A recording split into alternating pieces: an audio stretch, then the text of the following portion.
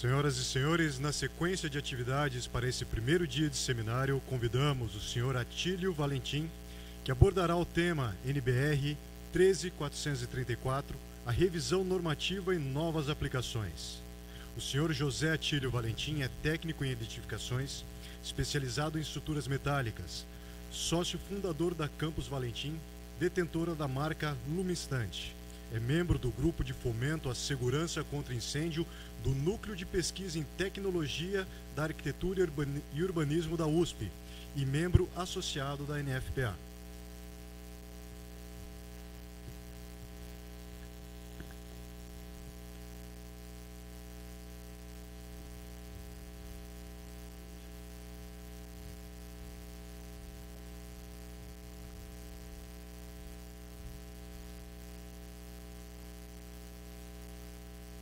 Boa tarde a todos. Primeiramente gostaria de agradecer em meu nome, em nome da BPP e do GSI, a oportunidade de trazer, as novidades, as mudanças que estão em curso na NBR 13434 da BNT, que é uma norma que já está em revisão há bastante tempo. E, na verdade, a mudança começa pelo nome da norma. O nome antigo, Sinalização de Segurança contra Incêndio e Pânico, também estava distribuída, dividida em 3 partes, 1, 2 e 3. A proposta atual é o novo nome, Sistema de Sinalização de Emergência, Princípios e Projetos, Requisitos e Métodos de Ensaio, em uma única parte. A comissão achou esse modelo mais eficiente, eu acho que vou procurar passar a norma pelo todo, vou tentar dar algum enfoque na parte de saídas de emergência, vão ter alguns outros participantes que estarão também tratando do assunto, mas eu gostaria de passar a norma por completo para o conhecimento de todos.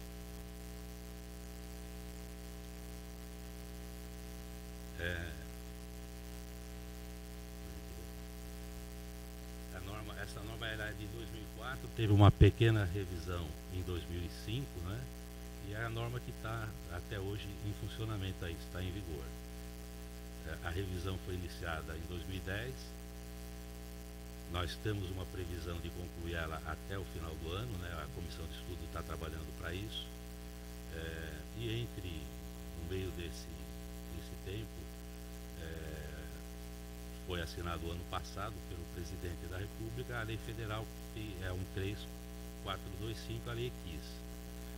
Isso está dando, começa a dar um aspecto assim mais global. O meu antecessor falou de situações legais, Hoje essa lei, a lei KIS, ela judicializa muito todo o processo e toda a cadeia, dos envolvidos aí na segurança contra incêndio. A gente está tentando também fazer uma abordagem sobre esse aspecto.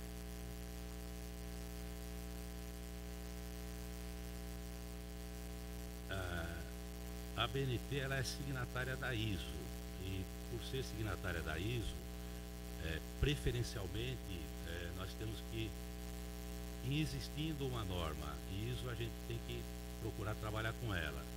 Não é uma regra assim rígida, mas preferencialmente ISO. Caso não tenha, a gente tem condição de buscar outras normas internacionais, porque o Brasil muito copia o que tem lá de fora, tenta fazer algumas adaptações, mas a dificuldade aqui é muito grande. Então, algumas normas que estão contempladas aí nessa revisão, a demora justifica-se também um pouco, porque várias das normas internacionais também estão passando e passaram por revisão, particularmente a BNT, essa norma é feita no comando do Bombeiro de São Paulo, que tem uma sala para a BNT. Até o ano passado era tradicional que um dos oficiais do Bombeiro de São Paulo era o coordenador, mas isso também estava gerando um pouco de transtorno, até estava atrasando, porque os senhores têm outras obrigações e havia muita mudança. A partir do ano passado, o pessoal, o um elemento da cadeia produtiva assumiu a coordenação e a gente está procurando finalizar, porque já estava ficando bastante complexo, né? Está gerando muita confusão a falta de informação sobre sinalização.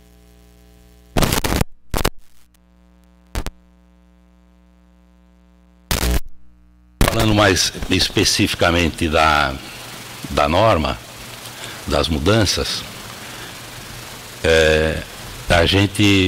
nós temos uma orientação da BNT, da coordenação da BNT, sobre a tentativa de sempre harmonizar as várias normas, né? Então, já com essa ideia em mente, no primeiro exemplo, é uma placa padrão, que ela é somente fotoluminescente, né? E hoje nós estamos em situações onde vai ser demonstrado, vai ser passado a seguir, em que não cabe a sinalização fotoluminescente. Já é o caso de usar, por exemplo, uma sinalização com bloco autônomo ou com algum tipo de iluminação que não dependa da rede elétrica da edificação. No caso, essa NBR 10898 também está em processo de revisão, né? Então, é muito grande a quantidade de normas que estão sendo revistas aí. Mas o objetivo é exatamente as várias normas, as várias comissões de estudos, procurarem se conversar.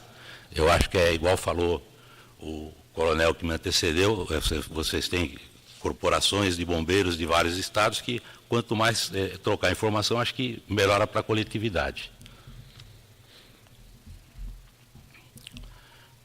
Aqui é uma situação de mudança de norma, né? Toda a parte gráfica que a NBR 13434 e várias outras seguiam, era uma ISO 16069, que era de 2004, foi substituída por uma 7010, que a gente está até sem colocar a data para ter um pouco mais de liberdade, porque também passa por revisão assim muito frequente.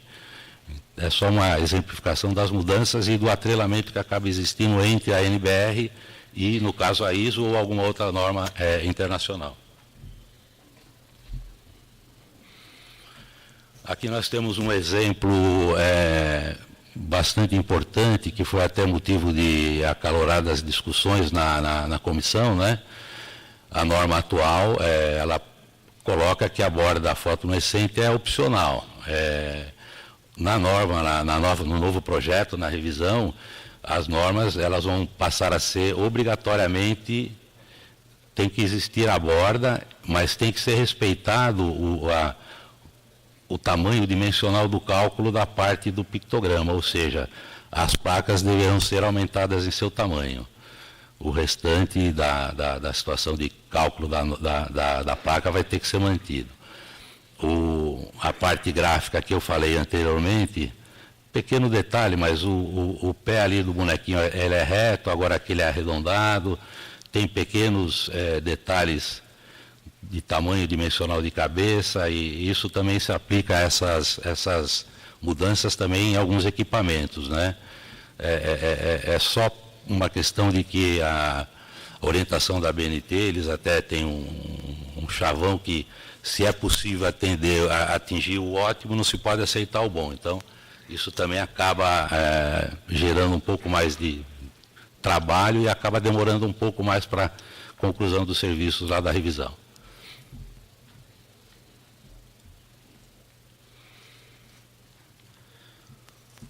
Uma outra novidade que já tem gerado algumas polêmicas, né, na norma em vigor, as várias figuras, no caso aqui é um equipamento extintor, usual, conhecido, né, e tem essa proposta de uma nova placa, que a gente fala nova, mas já está sendo até usada em alguma escala já, no comércio a gente já encontra esse material, e a posição seria o seguinte, a polêmica, você vai orientar aonde usa e aonde não usa, e pode haver assim uma facilidade do leigo tentar usar o equipamento, é melhor não colocar essa informação ou colocar. E também foi discutido, né, com bastante ênfase a situação. E optou-se porque seria melhor pecar por excesso de informação do que por falta de informação. Essa placa, nós vamos ver a seguir, ela continua no posicionamento normal, ou seja, acima de 1,80 m. Essa outra placa, ela vai ser localizada mais próximo possível do equipamento. Ela vai servir para orientar, né, para alguma pessoa que for fazer uso, ter informações melhores e principalmente a informação de onde não usar, que o leigo pode até provocar um acidente mais sério aí.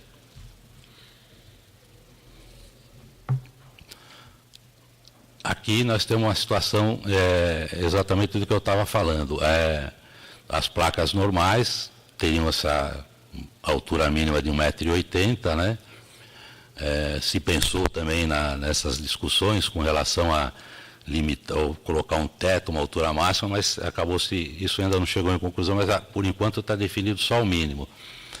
A placa com maiores informações, nesse caso está até um pouco próxima da normal, mas ela está acima do equipamento extintor.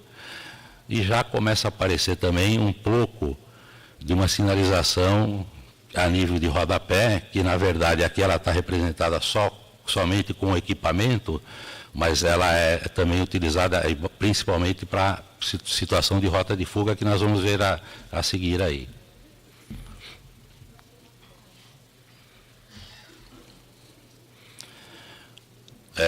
Voltando, agora tratando realmente de mudanças, né? Essa situação que está definida, essa tabela 3 é da norma atual, e a gente tem uma coisa bem certa, bem transparente no que seriam as cores, as opções em Mansell, Pantone, CMYK e RGB.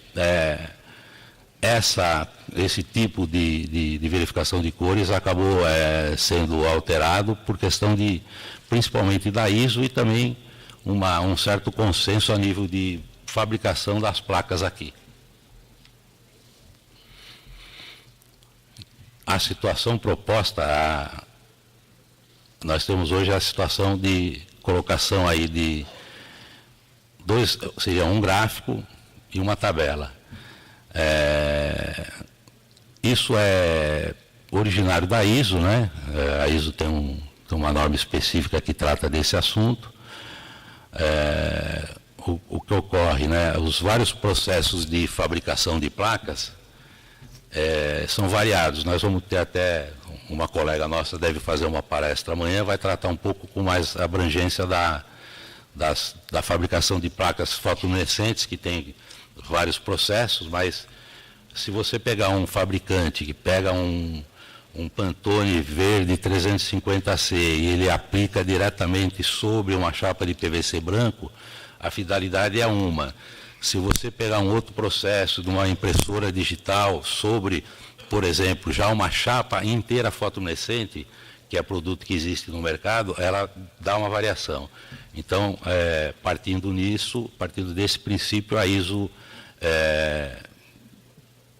saiu com essas duas situações das escalas de quadricromia, onde cada cor está dentro daquele perímetro, né? O que pode acontecer hoje você chega no ambiente, vocês têm cores aí que não é exatamente aquele vermelho, aí fica, mas não é o Pantone e tal. Então hoje a situação é essa, ela tem uma amplitude maior. A única situação mais difícil seria a verificação. Isso vai aparecer em ensaios de laboratórios que estão propostos mais adiante aí, ou seja, vão existir mais 2 ou 3 ensaios apenas para cuidar da cor, porque além da parte das cores que são vistas aqui à luz do dia, nós temos um fator beta que faz a verificação entre contrastes, efeito de fotoluminescência e a cor também. Ou seja, a dependência de um ensaio de laboratório agora é bem maior.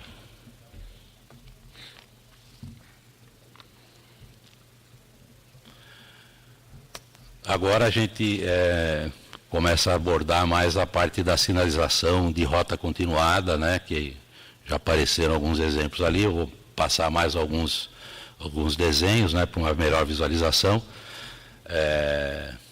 A norma também vai passar por uma revisão, já existem alguns projetos. Na sexta-feira vai haver uma palestra do nosso colega, né, o Negrissolo, vai abordar isso com mais propriedade, inclusive já enfocando itens que seriam inerentes a essa revisão da norma. O que a gente procurou ter lá na comissão é justamente aquela preocupação que foi passada pela coordenação da BNT. Olhar do lado e verificar quais são as outras normas, né, para ver qual tipo de interferência pode haver, e principalmente em situações onde talvez tenha que ter uma prevalência de uma norma sobre a outra. Isso foi tratado lá, está ainda em fase final, mas pelo menos está havendo esse respeito. Essa definição desse número de 100 pessoas como exigência para que se tenha esse tipo de sinalização, na época, na ocasião, era um capitão do Bombeiro de São Paulo que estava na coordenação dos trabalhos, e houve muita discussão e vários exemplos. Até me recordo que citaram um bar muito pequeno, mas que em certa ocasião ele conseguia ter 100 pessoas. Mas, enfim, se pensou também em orientações da norma de saída de emergência, algumas tabelas, mas como estava tudo em revisão, ficou adotado esse número de 100 pessoas por andar ou por ambiente, para poder haver a exigência da sinalização. Especialmente no caso da NBR 9050, que é de acessibilidade, vou mostrar alguns exemplos aí a seguir, e também na parte de escadas, uma NR, a NR8, que trata do efeito antiderrapante, né? Então, a gente vai passar um pouquinho mais para frente desenhos que ficam mais fácil para visualizar.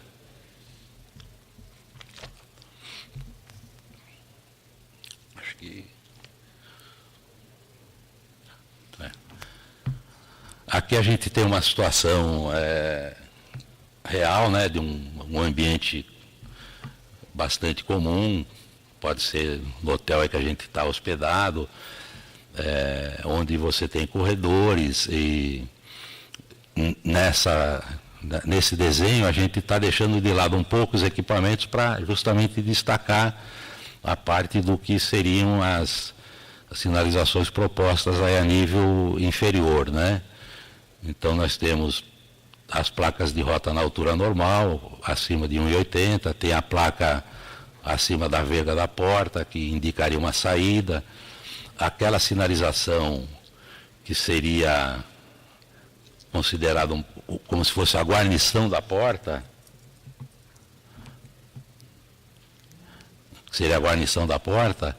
é uma novidade que também vem aí da ISO, né, para você realmente facilitar a visualização do local correto onde a população por onde tem que sair. Então, é a proposta que está vindo na revisão, é uma sinalização complementar, tem toda uma temática em cima dela, nós vamos tratar alguma coisa um pouco mais para frente aí, mas pelo menos para nível de visualização seria esse o cenário.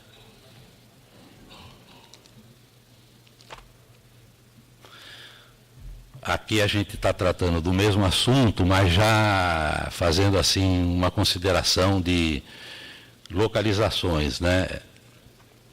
A 1,80 a plaquinha normal, na sinalização de rodapé, a sugestão, né, o limite máximo que está previsto é de 3 metros, e a gente tem como sugestão que elas até descoincidam, porque você melhora, né, o posicionamento de informação. Mas isso é simplesmente uma orientação, a pessoa pode até colocar uma exatamente embaixo da outra. Foi pensado ali pelo grupo que essa seria ter um aproveitamento melhor. Com relação à altura, também ficou definido que ela vai trabalhar entre a borda de baixo da faixa até a borda de cima entre 25 e 50 centímetros. Isso é o que está definido na norma, mas a gente tem que pensar sempre num bom senso, em que em situações reais pode surgir uma condição de não poder colocar em 50. Então, se não dá 50, pode ter um obstáculo, alguma coisa, um outro tipo de problema. É melhor que tenha 60, ou em vez de 25, só dá para colocar a 20 ou a 15. Então, aí é aquela situação de bom senso, né? Está colocado dessa forma, mas aí é melhor ter a sinalização do que não ter.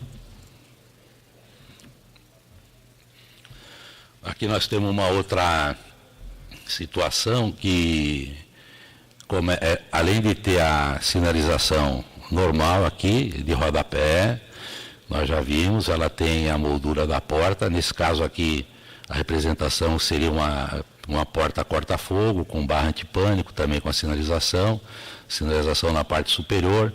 Surge uma novidade, nós vamos tratar um pouco a seguir, que seria essa aqui, são obstáculos, né? Sinalização zebrada, nesse caso fotoluminescente devido ao ambiente. Vou passar um pouquinho mais para frente. E em algumas situações específicas surge a situação de sinalização de piso. Né? Você não tem paredes próximas, mas você tem que fazer uma sinalização. Aqui é uma área de equipamentos, né? Uma coisa simbólica, mas você percebe a sinalização de solo sendo feita aqui orientando a rota. Da mesma maneira aqui, por uma questão de um vão de porta, mais equipamento, você também tem a sinalização de solo aí. Isso são figuras até que vão constar na norma, na revisão da norma que está saindo aí. Aqui é uma situação de escada, né, que requer sempre um pouco mais de cuidado. A gente tem algumas pequenas sinalizações aqui que elas são na verdade da 90-50. Então a gente tem que respeitar a norma da acessibilidade. A 90-50 também passou por revisão e ela antes, vocês devem ter visto várias etiquetas ou pinturas, mais ou menos com 3 centímetros por 20 centímetros, um tom amarelo meio alaranjado, um amarelo forte, segurança, dos dois lados. Depois houve já uma primeira interação entre as normas e chegou-se a uma definição de uma etiqueta ou uma pintura também fotoluminescente em todos os degraus, que isso também já foi superado. O que existe hoje é uma etiqueta ou uma pintura fotoluminescente de 7 centímetros por 3, onde ela tem uma cor amarelo ou, na verdade, tem que ser uma cor com cromodiferenciação em função do piso da escada, né?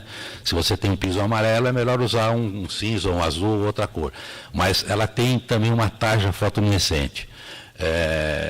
Nessas conversas que nós tivemos com os participantes da outra comissão, a gente também ficou sabendo que a gente trata muito curso cego, mas, na verdade, a maioria das pessoas tem baixa visão.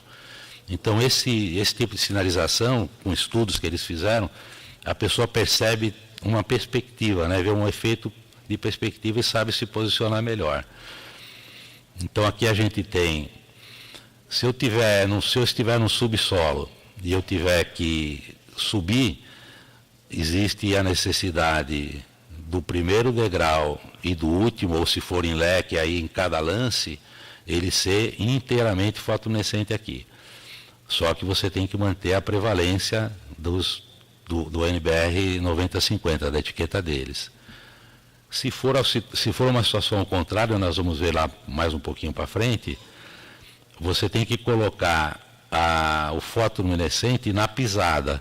Só que aí você também tem que prestar atenção e respeitar a NR8, que ela é contra escorregamento. E já existem no mercado os produtos que são fotoluminescente e anti-escorregamento também. Então é questão só de adequar. Na escada da esquerda, a gente tem a sinalização somente aqui na parede, né? E aqui nós temos uma amostra da sinalização que ela vem pelo piso. Na verdade, esse trecho aqui, embora esteja no desenho, ele não é dessa forma não, o degrau não tem essa lista, não vai ter a faixa, vai prevalecer somente a lateral como fosse o lado de cá, a etiquetinha da 90-50. Já tem estudos que demonstram que isso é suficiente, não precisaria mais.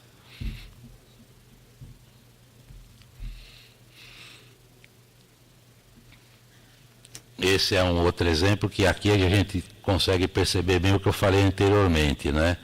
Respeitados as situações da 90-50 e também a NR8, se você tiver no subsolo, você sinaliza os espelhos, e aqui na virada vai ter também da mesma forma, dependendo da quantidade de lances. Se for uma escada, inclusive, muito ampla, muito reta, você vai ter patamares intermediários, em cada patamar você faz mesmo ela sendo reta.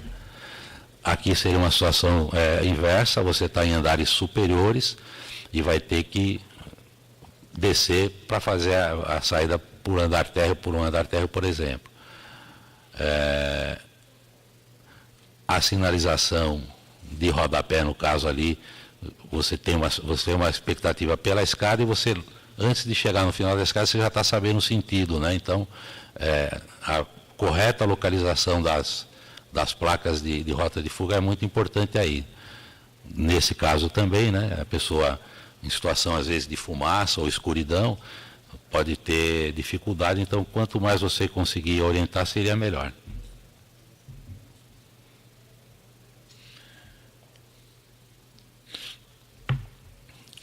Aqui é uma situação que está proposta, está na norma, já tem desenho, até os desenhos anteriores aí estão passando por revisão, até um colaborador aqui do estado de Santa Catarina que está fazendo isso.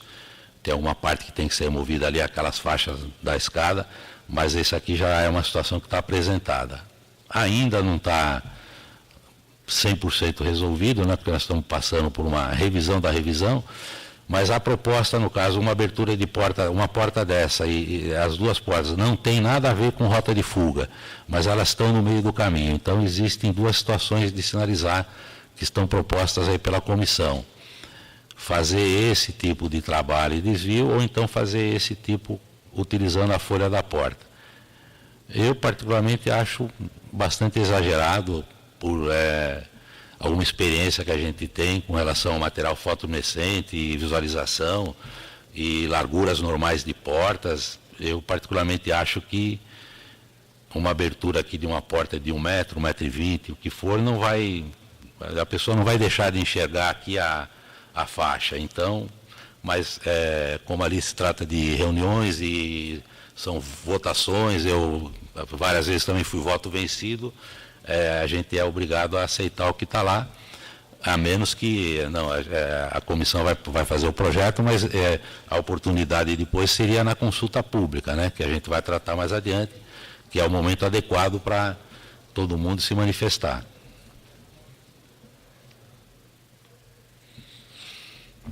Aqui nós falamos já da sinalização complementar, no caso as sinalizações ditas aí, conhecidas como zebradas, né, elas já constam na norma anterior e foram feitas poucas adaptações, alguma definição somente no sentido de deixar bem claro, né, a norma.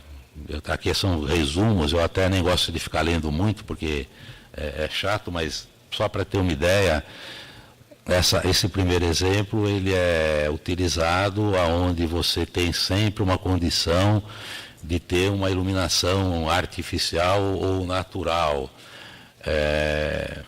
Também existem controvérsias, né, porque tem exemplos da tragédia lá das Torres Gêmeas, que depois de uma certa altura, praticamente tudo entrou em colapso, e alguns relatos de que só se via alguma coisa de sinalização fotoluminescente. Então, quando que vai se poder garantir que vai estar em ordem, mesmo que seja um bloco autônomo, uma sinalização de balizamento? Então, eu até, na ocasião, a minha proposta é que também fosse fotoluminescente, né? E mesmo que tivesse que ter um diferencial com relação a cor aí, o amarelo e preto, que segundo convenção também é sinalização de alerta visualizada à luz do dia, mas enfim, está dessa forma na norma. Também na consulta pública poderão haver manifestações. E o segundo exemplo já é uma sinalização normal, igual a gente viu em desenhos anteriores, né? Vai passar mais alguma coisa aqui para a gente olhar, mas faltou energia, ele vai acender o fotoluminescente e vai ficar, onde é o vermelho fica preto e o outro fica aquele tom amarelo esverdeado, está contemplado dessa forma aí.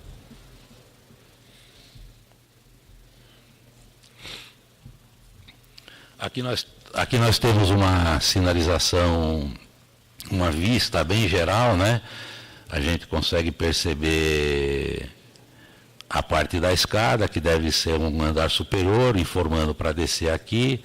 Tem essa sinalização que nós acabamos de falar agora, de obstáculo. Tem as placas normais, tem os equipamentos, tem a situação da plaquinha próxima do equipamento. Até por uma questão de não poluir, está faltando a parte aqui da faixinha, mas é simples, né? Deveria de ter o restante da sinalização aqui embaixo, é o que apregou a norma. E é importante destacar que aqui tem uma porta corta-chama, corta-fogo, com a barra antipânico também devidamente sinalizada, a sinalização na parte superior, enfim, uma vista geral.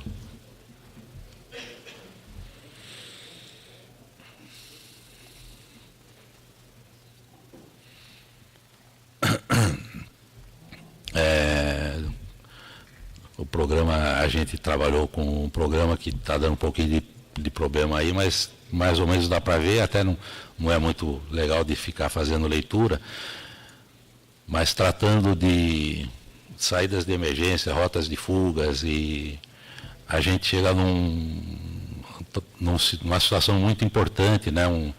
Vamos dizer, um sistema, um dispositivo, uma construção que é bem própria para fazer essa evacuação, principalmente para os edifícios de grande altura. São as escadas pressurizadas. Essa NBR 14880, que é de 2014, também já tem proposta de revisão. O Nery-Solo vai abordar a parte de saídas de emergência na sexta-feira, vocês vão pegar uma coisa um pouco mais detalhada. O importante aqui é que vocês com certeza sabem, existe muita confusão, às vezes, de quem morre queimado, quem morre com inalação de fumaça. Então, realmente, tem que se dar muita atenção para essa parte de escadas, né, pressurizadas, e a administração da fumaça em geral, né, a mecânica da fumaça dentro de uma situação de incêndio. Eu verifiquei que tem mais 3 palestrantes que vão falar sobre o assunto. Acho que vai dar para vocês terem uma boa ideia aí da situação.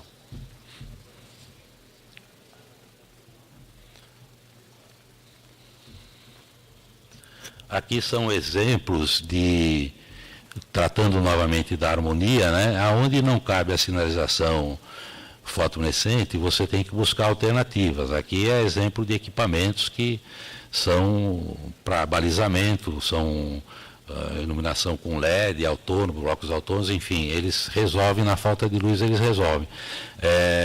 Já buscando também o avanço, né, tecnológico, e a própria, às vezes o anseio mesmo, a necessidade real, já tem estudos e tem produtos já em fase final que estão contemplando as duas sinalizações.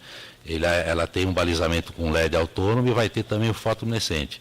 Até em função do que eu comentei sobre o episódio lá das Torres Gêmeas, né? Então, é somente para ilustrar. Agora vamos voltando à sinalização de nível inferior, de solo, né?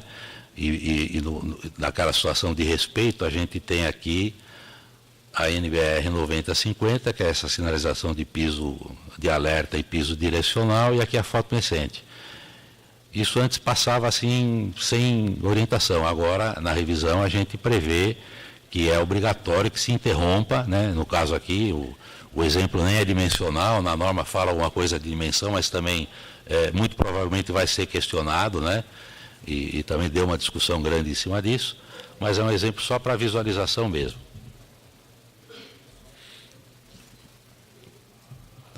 Tratando novamente da escada, né?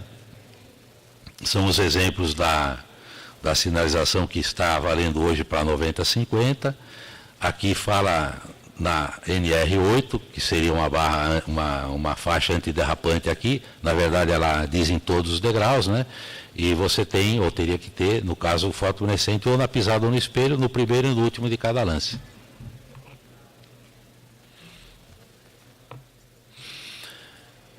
Outra mudança, inclusive mudando o nome, né, que a gente tratava de planta de emergência, ou planta de fuga, e agora está sendo adotado o nome de plano de fuga, que é o projeto onde você tem as indicações básicas, você tem um íconezinho aqui onde a pessoa está visualizando que está esse projeto e, enfim, orienta as saídas e alguns equipamentos mais importantes para facilitar realmente a evacuação do andar ou, às vezes, do prédio inteiro.